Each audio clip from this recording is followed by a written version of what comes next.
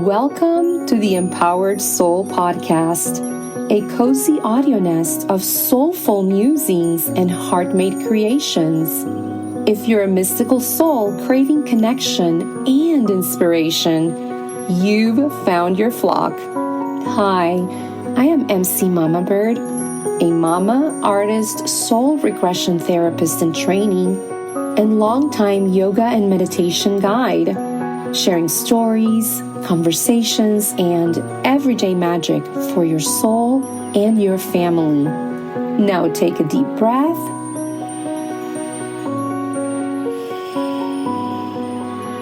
and stretch your wings wide to enjoy the ride.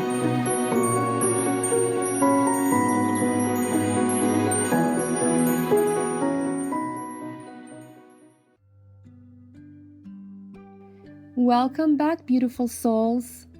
Today's episode is inspired by so many beautiful things that have been unfolding lately in our little corner of the world.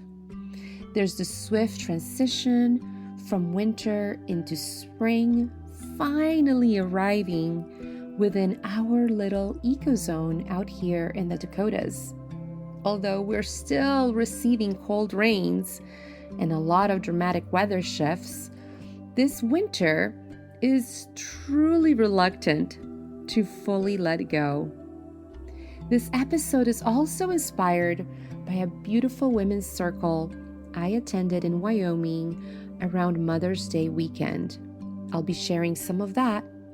And there's numerology insights from my favorite numerologist, Sue Frederick, who has also been my teacher, along with some of my own numerology and astrology downloads. There's also a meditation ritual born from emotional breakthroughs I have personally been experiencing lately. And I've also noticed many others moving through similar stuff as well. And there's also beautiful sharings from a Taurus masterclass from my beloved teacher and mentor, Kathy Heller, and the beautiful community now known as Kathy's Circle. This month also carries extra tenderness because it is my mother's birthday, which we continue celebrating even though she now lives in heaven. Mom, we have a special birthday gift for you this year. On May 29th, just for you, we are releasing a more polished and cleaned up version of the song I made in her honor. It's called Nana, I Love You. It is still far from a professional studio recording, but hey, it's the best I can do within my own learning curves and my devotion here at home. We love you deeply, Mom. Enjoy this episode too, as we speak a little bit about your Gemini sign back when you were incarnate with us. We think of you so fondly and feel your presence daily and so often. And so let's begin this episode with the backdrop itself, nature, the great holder of time, memory, rhythm, and the seasonality that affects us all. Lately, the dawn chorus outside my window has intensified beautifully. I leave the windows cracked open at night so I can awaken to the sounds of the birds before the human world fully begins to buzz. Everyone seems incredibly busy this time of the year. Have you noticed? The mating, the nest building, the feeding of the young, the birds calling back and forth to one another. And honestly, these birdies, they look a little frazzled and adorably overworked. They're flying in and out of nests with beaks overflowing with insects, seeds, fibers, and offerings for their babies. And then their babies, as they feel the parents coming back, are just making their cute sounds. And it's just so adorable. One of my favorite rituals lately has been pointing out newly discovered nests to my son and turning it into a little game between us. Can you find the nest hidden in this tree? Can you hear the begging calls of the babies? Notice the close contact calls between the mates. Who is this new bird in the neighborhood? The gray catbird. And boy, is he singing his heart out, finding a mate. Also, can you observe how differently they behave this time of the year compared to deep winter when it feels kind of lonely and quiet? There is such abundance everywhere right now. Insects emerging from the earth, blossoms opening, seeds scattering in the wind, dandelion seeds flying gently in the rhythm of these prairie winds. The trees are thickening, the branches are filling with blossoms, and the entire landscape is humming with urgency and life. This is the orchestra of spring up in the northern hemisphere. Around Mother's Day every year, almost like clockwork, the gray catbird returns to our neighborhood. This year, our local street catbird has been a little quieter than previous seasons, and I found myself wondering, is this perhaps one of the younger birds that hatched here in years prior? Do they return to the same territories where they were born? Is this a different singer now occupying the thickets? The gray catbird feels like such a mysterious little messenger to me, often heard far more than ever seen, hidden deep within the lilacs and dense shrubs, elusive, secretive, singing from somewhere just beyond visibility. The flickers have also become especially active lately, flying dramatically to the tops of the cottonwood tree canopies, announcing themselves with such authority. I once learned that some native traditions encourage paying close attention when the flicker appears or calls out. What were you thinking about in that exact moment? What were you doing? Could the call somehow function as a confirmation, interruption, or affirmation from spirit itself? Play around with that. You never know. And then recently, one of my favorite little birds arrived, the lark sparrow. I learned that lark sparrows migrate into western South Dakota and the Black Hills region during spring and summer to breed, and then they raise their young. They arrive around late April and early May, inhabiting the grasslands, shrubby edges, open country, and pasture lands around the Black Hills. There is something so poetic to me about migratory birds. These tiny, feathered little beings somehow navigating entire continents, and they do so quantumly. Turns out, I recently learned that birds sense the Earth's magnetic fields in their retina. A protein called cryptochrome reacts to the light. Each reaction produces 2 electrons with spin correlated to quantum states. Then the Earth's magnetic field changes how these spins evolve. The bird then sees the field as a pattern. They run this in the living eye mid-flight. The biology runs quantum mechanics in living tissue. Through instinct, magnetism, memory, and invisible to us maps that we still barely understand, that is how the birds move. Wow. Amazing. The lark sparrow especially feels symbolic right now as Taurus season slowly begins giving way to Gemini. Taurus roots us deeply into the body, the earth, the nervous system, nourishment, slowing down, and boy, does the Taurus love stability. Gemini, it starts to begin to stir movement. It's all about communication, curious, and migration, storytelling, and the movement of the breath. Again, isn't this so amazing? Perfect timing. How it all comes together, from nature reflecting the language of the stars and the numerological resonance that is in the sacred geometry and the hum of the universe. And perhaps that is exactly where many of us find ourselves now, somewhere between nesting and becoming, between rooting deeper and preparing to move again through the stirring air qualities of Gemini. Now, as Taurus season slowly begins giving way to Gemini, I wanted to sit with some of the deeper themes that really stayed with me. Themes surrounding the nervous system, receiving, softness, healing, embodiment, and what it truly means to feel safe enough to allow more goodness into our lives. One of the biggest takeaways Kathy shared in her Taurus masterclass was this idea that the nervous system is your bank account. And wow, that really made me pause, because so many of us say we desire more abundance, more love, more support, more peace, more rest, more freedom, and creative freedom.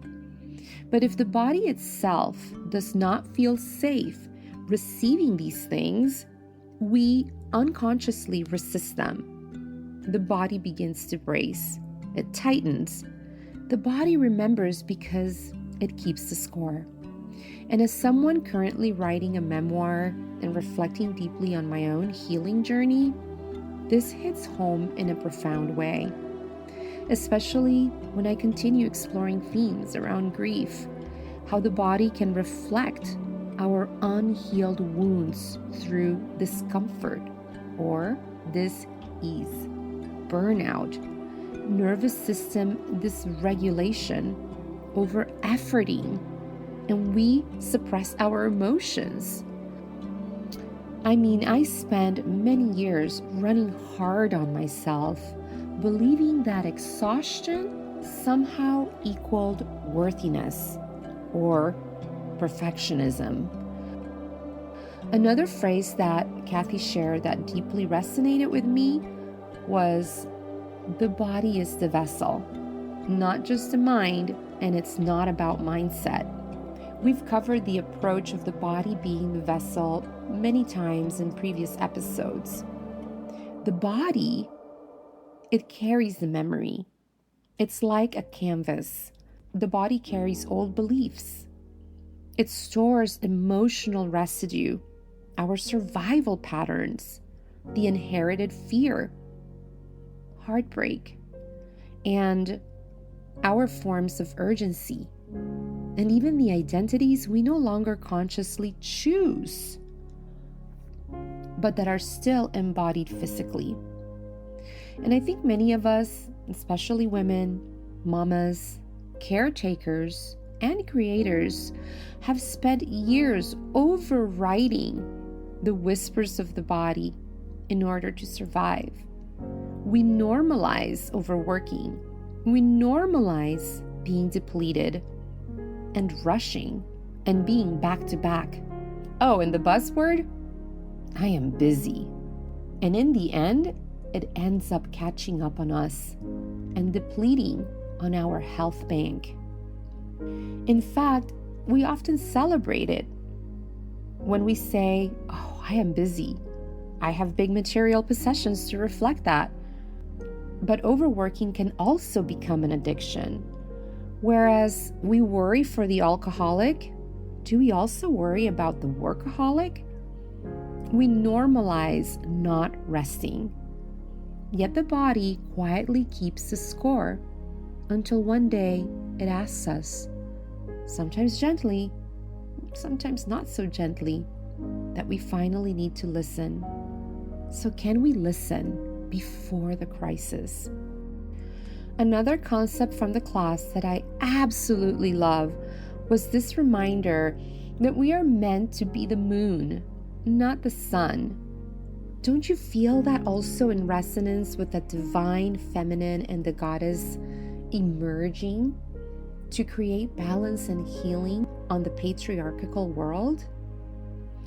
And what we mean by this is that we're not meant to constantly be forcing and proving, over controlling, over producing, over efforting every aspect of our lives.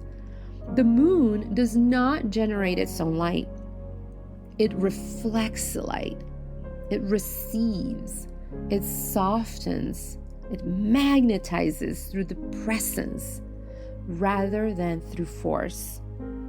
And honestly, this metaphor feels especially important right now in a world so addicted to urgency, performance, constantly being stimulated.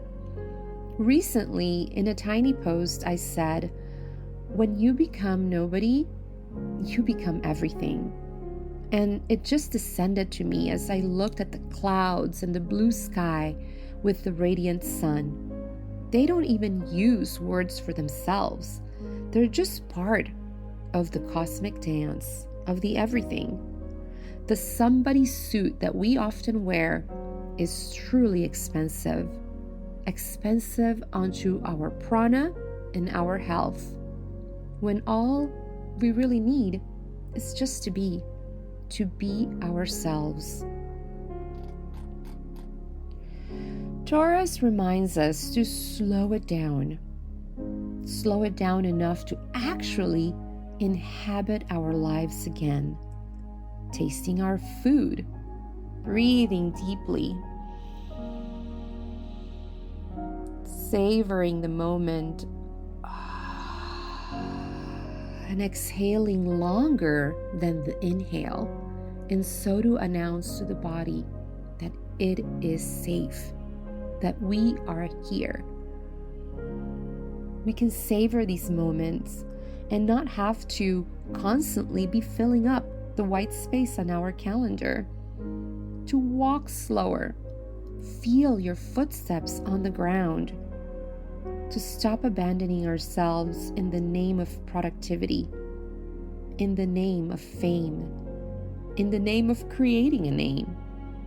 We can feel worthy within our stillness, quietness, emptiness, just simply being a human being over a human doing.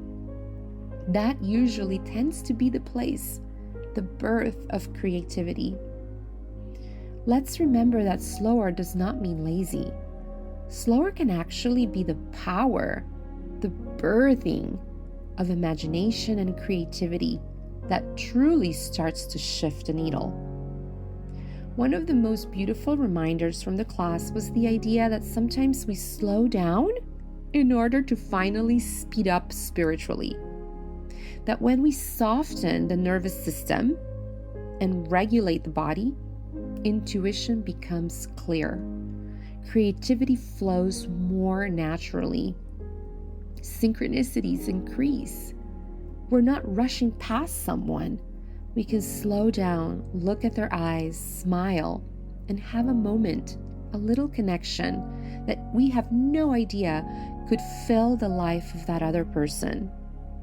The soul gets to drive again and becomes the true north, the compass, the director, instead of being in survival mode, constantly gripping the wheel. As we allow the mind and the ego to align with spirit, we become then a clear channel, like an empty flute that creates music with the wind, the breath of God, spirit, the soul. And this really brings me into today's numerology segment surrounding the number 6. May carries the number 5, plus 1 of the resonance of this year. 5 plus 1 is 6. So the number 6 is very special to me because I am a 33/6 path. And it's just really hits home. It drops straight into the heart. The number 6 is all about nurturing. It has Venusian qualities. It's all about the heart chakra, heart-centered energy. It represents home, beauty, devotion, emotional care, healing, softness, and the sacred responsibility of motherhood. It also talks about harmony, the divine feminine, the goddess, social consciousness, the teacher, and the desire to create loving environments, not just externally, but especially within. The 6 may marry early in life, since home and family are primordial, and one of its biggest helpers is to not lose herself and family needs, because growing your own person too is truly important. There is something very resonant of Taurus to the 6 as well. The 6 has angelic charisma with the full potential to heal the world, the longing to build a beautiful, nourishing life rooted in presence rather than performance. However, in order to get to this healing leadership, the 6 must be healed to begin with. You can't help another unless you have helped yourself first. Just like in the airplanes, oxygen mask first to oneself. Remember who you are, your unique qualities. Watch out for depletion due from overgiving. These are lessons that the 6 passes on to us. The 6 says, meet your own needs to be content and happy. While the true art of the 6 is how they make others feel when they are around the 6s. 6s make others feel validated, seen, heard, and feeling deeply loved. Now we are in the energy of the 6 in May, so whether you are a 6 birth path, or you're on a 6 year, or a 6 pinnacle, or not, you will be affected by the resonant energy of the 6 within May. Now let's look at its figure. It is full of curves and softness, the belly extending from the stem like a pregnant lady, like a ladle or a cup with a handle, ready to receive and to give the liquid light of love. But just as one side of the figure is a curved line and the other a rounded shape, the 6 can slide down a dark path of self-destruction if it is not fully healed. The 6 has to choose, spiral up or down. Oftentimes, it may need to experience both sides before choosing to heal herself and the world. And I've certainly been revisiting these themes in my own book writing. I actually picked up that project again and continued to write my memoirs, and some of them take me to places where I really had to learn hard lessons, and choosing to have gone there perhaps as part of my life purpose too, because in order to help others heal in these dark places, it's not something that you learn from a book, but it's from your own personal experience too, let alone healing the karmas from past lifetimes with others. For me personally, the number 6 feels like an invitation to stop treating tenderness as weakness and to romanticize and enamor self-nourishment again, creating homes within ourselves that feel safe so that our souls can merge in and finally exhale at the alignment of body, mind, emotion, and spirit. The 6 has a profound intuition. It can sense energy. But this has to be anchored with spirituality in order to become successful, in order to not fall into obsessions, especially of being super critical about herself and others. Spirituality will truly help heal the anger and the blame game, the self-righteousness, and the mental loops, obsessions, the OCD qualities that the 6 has, so that it does not become self-destructive. The 6 also cautions us not to become slave to others, to not fall under codependency, and to avoid becoming super critical of our loved ones. The 6 must not forget to be herself, because the 6's heart is designed to heal others' pains, but not getting lost in them either. The 6 is the great comforter, and it shines love and compassion for the world to blossom. Like I said before, I carry the 33 6-path vibration, and I can firmly say that these revelations on the 6 are so true to what my life has been all about. The 6 advances her soul evolution as you shed the compassion, even in the hardest of circumstances for humanity. That's her job, to heal and inspire the world as it moves from those self-destructive self-indulgences to healer, teacher, and leader. And long and behold, 6s oftentimes don't realize their true greatest work until later in life. Wow. Bingo. So true. So true. Like, I remember being in college and being like, I don't really know exactly what I'm supposed to be studying. I'm doing it because it's been said to me, it's been told, it's been passed down. You must make money. You must study this, doing business.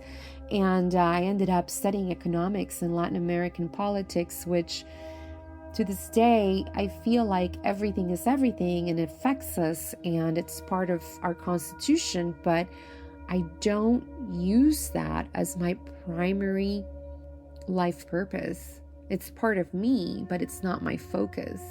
That didn't happen until much later in life, and definitely after having navigated some really rough patches. And this actually, all of it flows so beautifully. In a recent numerology reading, I was listening from my favorite numerologist and teacher, Sue. These reflections around the energy of April and May are so resonant with everything so many of us have been moving through lately. So in those lectures, it was described April had a lot of that Aries influence, and it was almost like a forest fire season of the soul.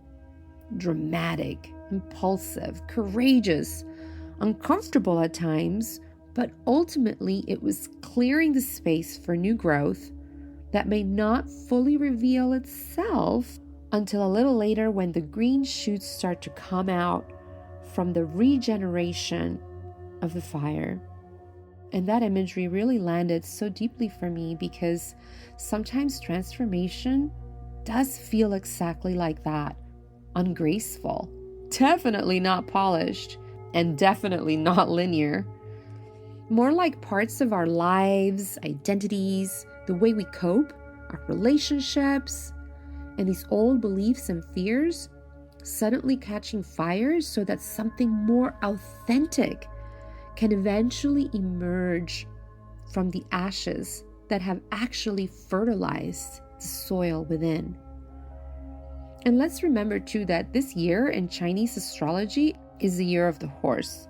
And that's a powerful and active sign. We covered a lot of this energy in episodes 28 and 29 if you wish to revisit this aspect of the cosmic vibes. So April, carrying strong Aries energy, courageous, but a bit reactive, passionate, fire, right? Fast moving, sometimes forcing us to choose between love and fear in real time.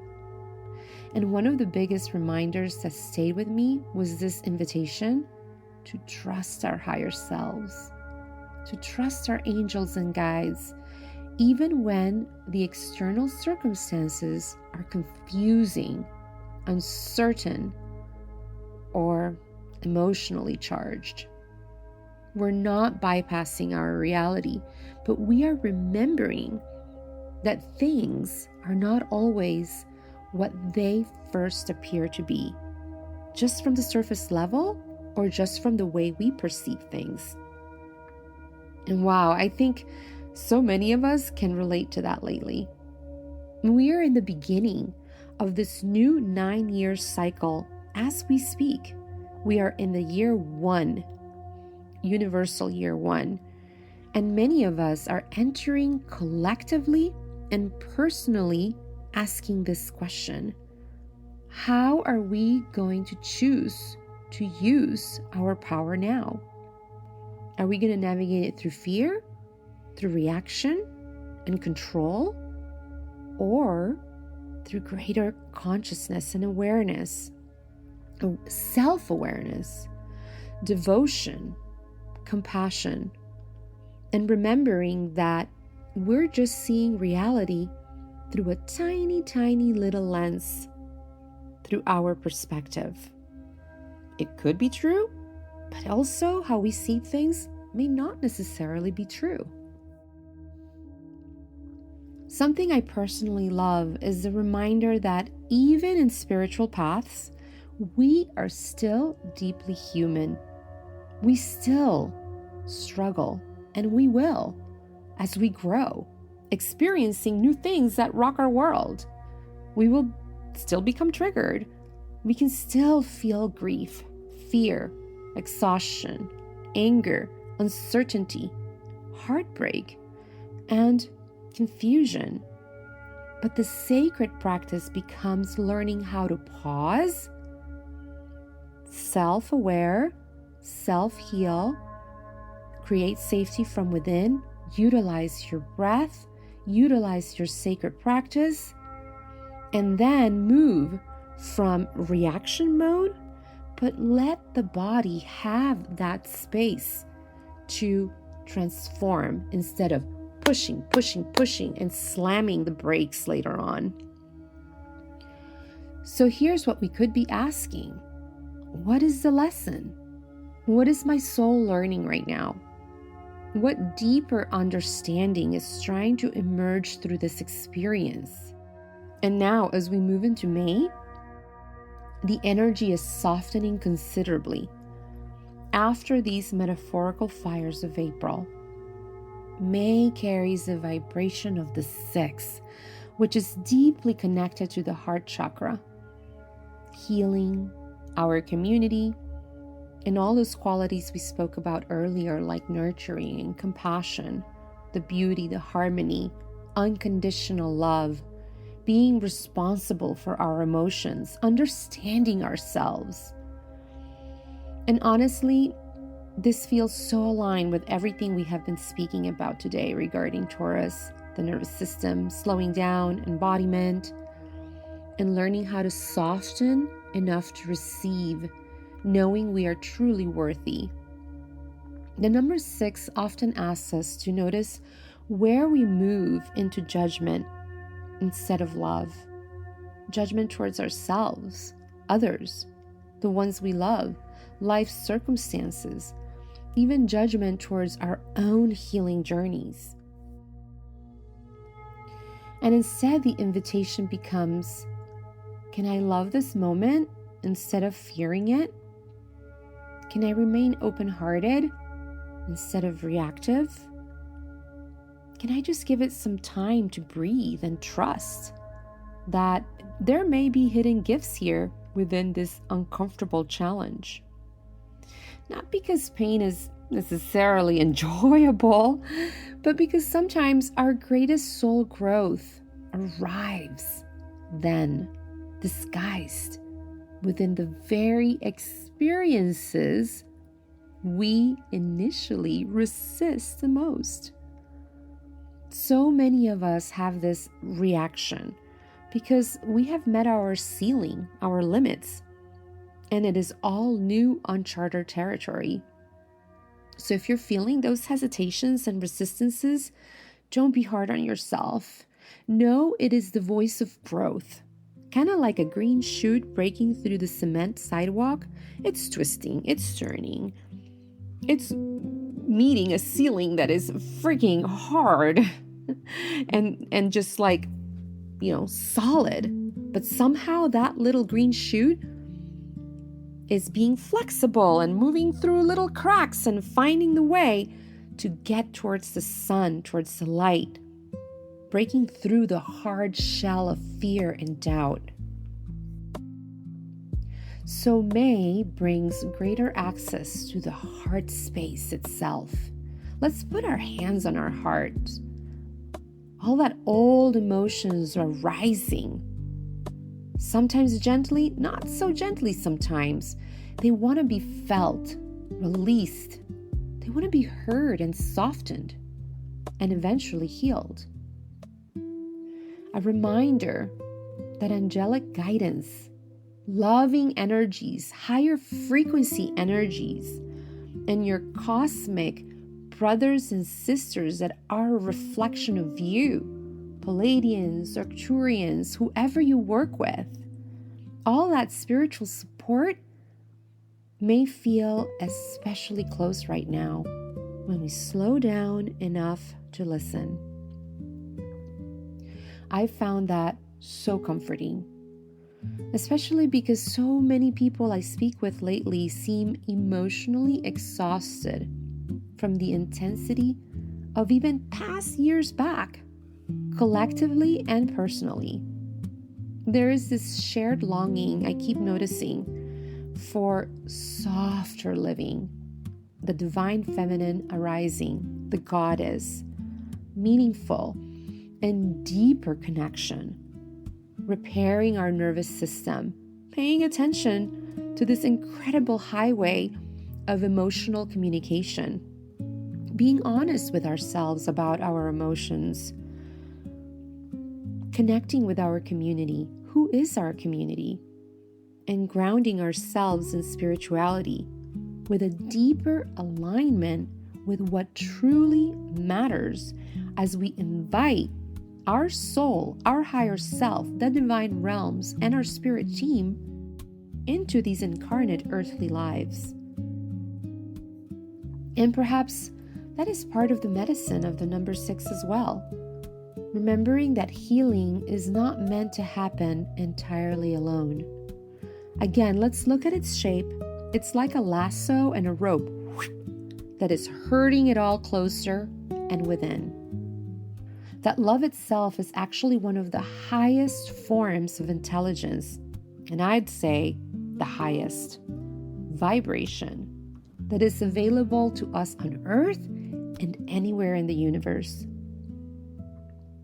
And maybe the deeper lesson here is not to avoid challenges altogether, but learning how to continually return to the open heart after life inevitably stretches us, humbles us, it cracks us open, transforming us again and again and again.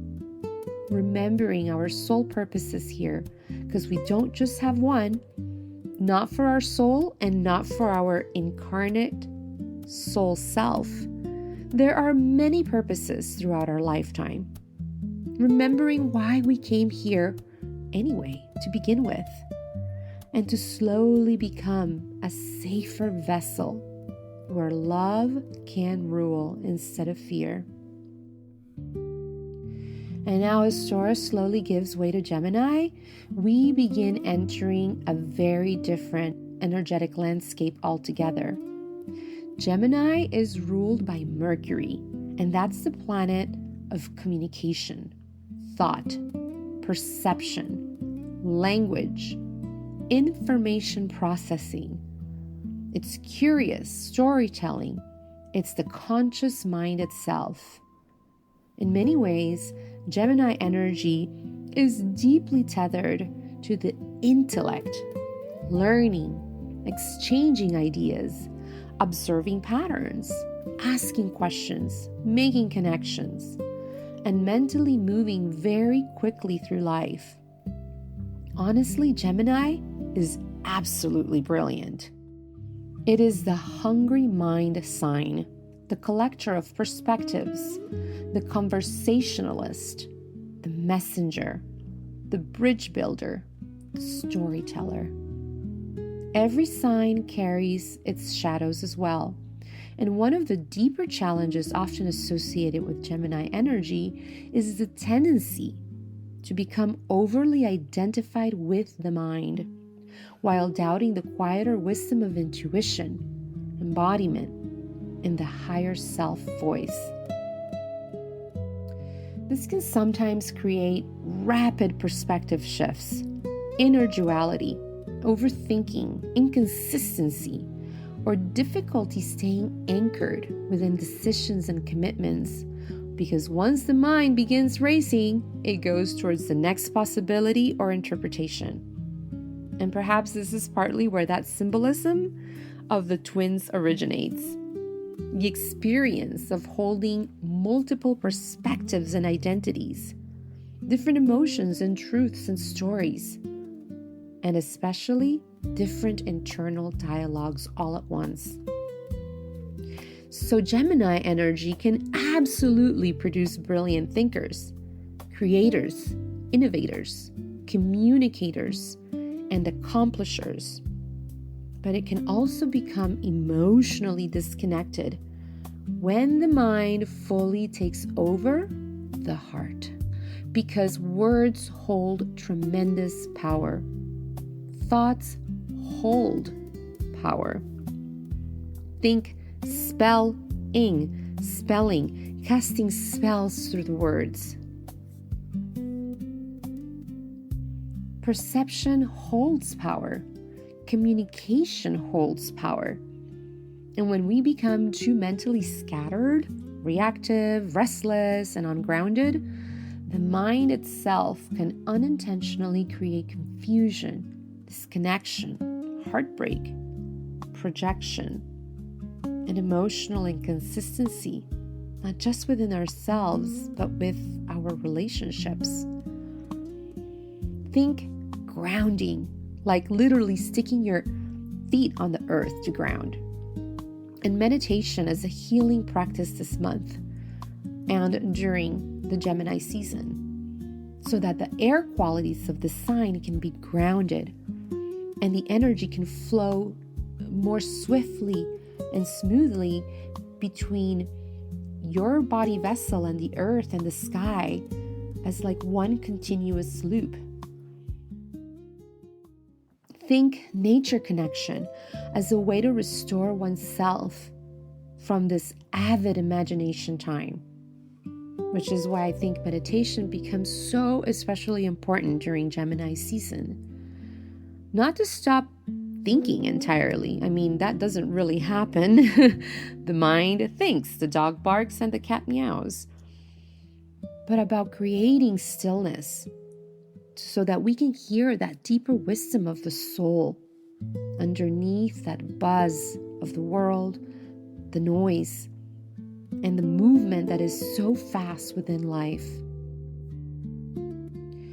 To quiet the endless mental chatter long enough so that intuition can re-enter gently the conversation. And honestly, I think the softer heart center energy of the number 6 supporting us this month may help to cushion some of that mental overstimulation. The 6 keeps inviting us back towards compassion, honesty, nurture, tenderness, opening the heart chakra itself. Gemini's true compass is not found through intellect alone, Its highest expression emerges when the brilliance of the mind begins working together with the wisdom of the heart and the higher frequencies of intuition. Otherwise, the path can become entirely driven by mental loops, fear, doubt, distraction, and fragmentation.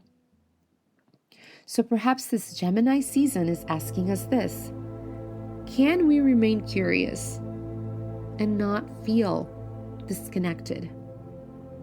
Can it all belong and be part of the whole? Can we stay mentally open without abandoning ourselves? Can we communicate more consciously? And can we slow the mind enough to hear the soul speaking? If Taurus asks us to root deeper into the body and soften the nervous system, Gemini begins asking, what conversations now emerge from that softened place, from the work we have done in Taurus? What truths are ready to be spoken, and kindly, respectfully? What stories are ready to be shared? What ideas are finally ready to move through us now? Gemini reminds us that healing is not only something we feel internally, it is also something we begin to articulate, exchange stories with others about our journey, writing, singing, speaking, and sharing with others who are like minds and have been through similar journeys like us. The breath is the medicine. The conversation is the bridge building. The curiosity is part of your expansion. And for us at home, that is such divine timing. I mean, oftentimes, we don't even need to know this stuff. We're just organically doing it, since we have attuned our bodies to respond to the shifting ethers and the energies of the cosmos. I have been lately writing the outlines and emergences of my books. All of this just naturally by feeling the vibrations of the moment, being in that zone, the mood. I also want to lovingly acknowledge my beautiful souls listening from the Southern Hemisphere, where many of you are experiencing the opposite seasonal rhythm right now, moving not into spring's blooming energy, but slowly towards autumn and winter's inward pull. I can't wait to be able to experience those seasons like that in a place like New Zealand or Australia. That would just be so mind-blowing. Oh my God, what a shift in consciousness to experience it that way. So let's explore that. That's so beautiful to me too. While here in the Dakotas, the birds are mating and nest building and filling the mornings with their little urgent lives and feeding the young, down there, many of you may be feeling the quieter invitation to slow down, hey, like Taurus. Simplifying, decluttering, letting go just as the leaves fall down, reflecting, conserving the energy, cocooning inward, and listening more deeply beneath the buzzing and the surface noise. And that is the greater wisdom of nature itself, that we are never all moving through the exact same season at the same time. Some of us are blooming, others are shedding. Some of us are nesting, others are migrating. Some of us are resting before the next becoming. And all of this belongs in the great earthly dance. So wherever this episode finds you today, my hope is that you remember you do not always have to push so hard to feel worthy or be worthy of receiving love, support, rest, or the life quietly waiting for you to soften enough to allow it in. Remembering to pause and receive, truly receive the compliments that shower you in a day. Saying, thank you, I received that. Not saying things like, oh, I don't know about that, or you're just being sweet and nice to me. No, truly, really, receive it, because those words are for you. And how oftentimes we second guess them, the words and the person saying it. They must want something from me. No, those words are like bouquets of flowers for you. You deserve them.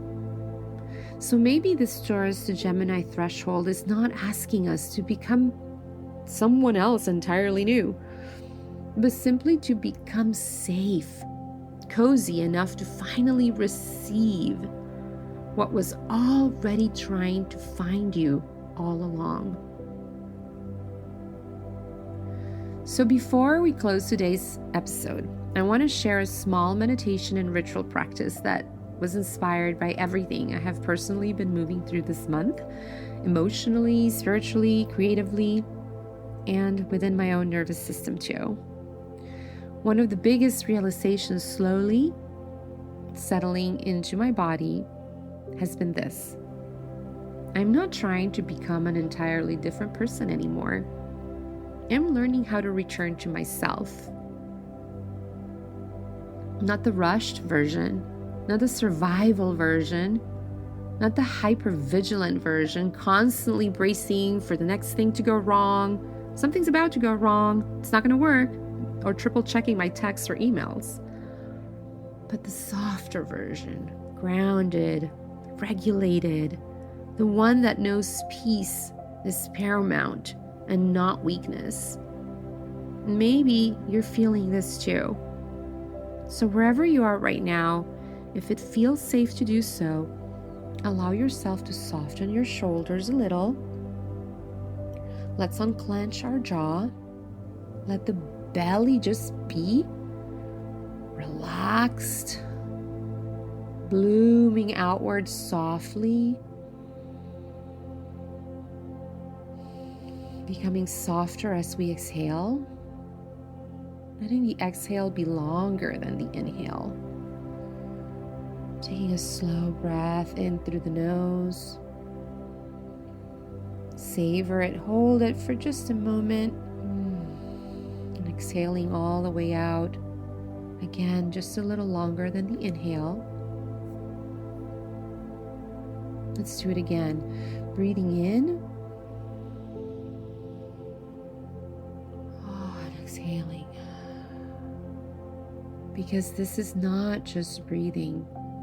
This is communication. Continue at your own pace. Your body is receiving the signal. There is no danger here. You're safe. You are allowed to soften. One of the most powerful things I have been learning lately is that we cannot truly receive when we are internally braced and stressed. Breathing. That we can desire love, abundance, healing, purpose. But we can be physically close to receiving that too at the exact same time. Continue to breathe sweetly and softly at your own pace. The nervous system must begin feeling safe before the body can open up to enjoy, relax, and receive, just like a flower blooming under the sun. And maybe that is part of the deeper healing journey so many of us are walking now. Not about becoming impressive, look at me, shine the spotlight on me. Not becoming more productive, I'm so busy, I just don't have time. Not performing so that we can be worthy and working harder. Abundance does not come from working harder. It is all already in the field. We just need to slow down, become safe. Widen the vessel to receive, softening it too, so that the jug, the vessel, doesn't just break open. Becoming safe from within. And keep envisioning myself lately sitting peacefully within a space that reflects the healing I have been slowly building within my own life. Soft, grounded, present, comfortable within my body, trusting the lessons, allowing it all in, and being clear in my voice, crystal clear intentions. Not because we have perfectly arrived somewhere, but because we have walked through enough fire, enough experience to finally stop abandoning ourselves. And this is the truth. Many of us did not come from ease. Many of us did not come from emotional safety and support and regulation and all this consciousness around stability. Keep breathing slowly at your own pace. And yet somehow we still created awareness. We finally got here. Healing ourselves, loving ourselves, forming family, inviting purpose in, purposes, creativity, becoming devoted to your callings, expanding through your community, and new directions opening. And that is not small. That is amazing, sacred work. And one of my favorite reminders is this: I'm already on the way. I can't fall off my path. Not about, I'll finally be worthy once I arrive. Not once everything is perfect, then ... But rather, I'm already becoming the person capable of holding that dream, that life I actually envision for myself. That's the deeper work right now. Organizing our external lives so they slowly begin to match the truth of the internal dream and healing without rushing, forcing, proving. It's exhausting. The somebody suit is expensive.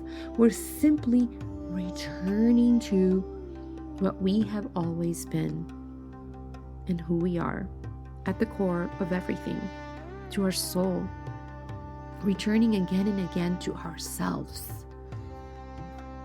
And this became especially emotional for me recently during a women's circle around Mother's Day weekend in Wyoming. During the gathering, each of us was given 5 tiny succulent starter plants, and they were to mirror and represent 5 areas of self-care and intention setting: physical care, mental care, emotional care, spiritual care, and social care, social nourishment. And we each wrote down in our journals what we would do, what we would intend for each category. Each little plant mirrored that category with that intention that we set. So that when we took these plants home and we would water the tiny plants, we could reflect on the ways we too require consistent care, nourishment, gentleness, attention, sunlight, being patient, allowing the environments to be safe so that these little baby plants could grow. And as they would grow, they would mirror back the growth of our intentions that we set when we planted those little succulents onto the earth. I love that ritual so much. Getting yourself a beautiful ceramic vase with a little bit of volcanic soil, planting the little succulents and just watching them grow as you water them every day, having your little journal, piece of paper with the intentions that you set, and retuning yourself and remembering them. It wasn't just I went to this women's circle and now I'm on to the next new project and thing in my life. It's an actual living remembrance in my kitchen that I see every morning. And I'm like, oh yeah, sit spot, self-care and nature, self-love practice, going to bed early, a beautiful early night routine. Whatever it is for you, healing is often less dramatic than we imagine. And sometimes it looks less like a lightning bolt awakening. It's more like remembering to water ourselves every morning. Tiny acts, tiny breaths, tiny returns, tiny boundaries that compound into the shape of who we are becoming. Those tiny moments of choosing love over fear. And over time, the roots strengthen quietly beneath the surface before anything visibly blooms. So here's the invitation. What in your daily life keeps your nervous system trapped in urgency? And what is one small thing you could shift this month, just one, to create more safety in your body and in your nervous system? It's not about another new strategy. Maybe it's just enough to let safety in, let life in. And so, before we close, let us anchor gently together. I return to myself again and again and again. And maybe that alone is already enough for today. And take another sweet inhale. Pause, savor it, hold it in, acknowledge it, give it thanks, and then exhale, breathing out until you're completely empty.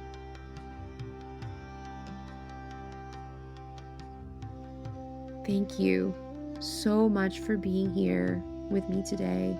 I know how much we all have going on.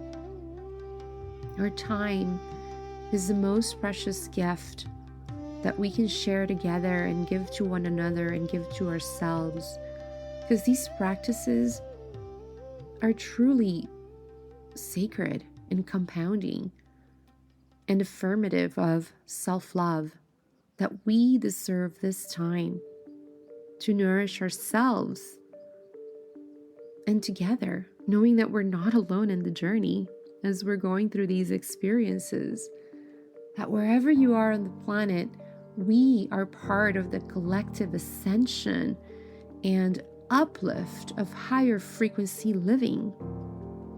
So beautiful souls, thank you always for being here with me, with each other, together. And thank you to all my teachers and guides, inspirations in the divine realms. Thanks to them all for continuing to inspire each of us into deeper reflection and healing, expanding our lives into our creative paths. And Mom, thank you. I know you can hear me. We're celebrating your birth month down here. Thank you, Spirit Family, yours and mine and all of us, for continuing to walk alongside us. So until next time, slow down, breathe deeply, enjoy your breath and your life. It's a precious gift. And soften your shoulders, open your heart, and let the soul drive a little more often. And keep blooming exactly as you are and who you are becoming. Namaste and so much love.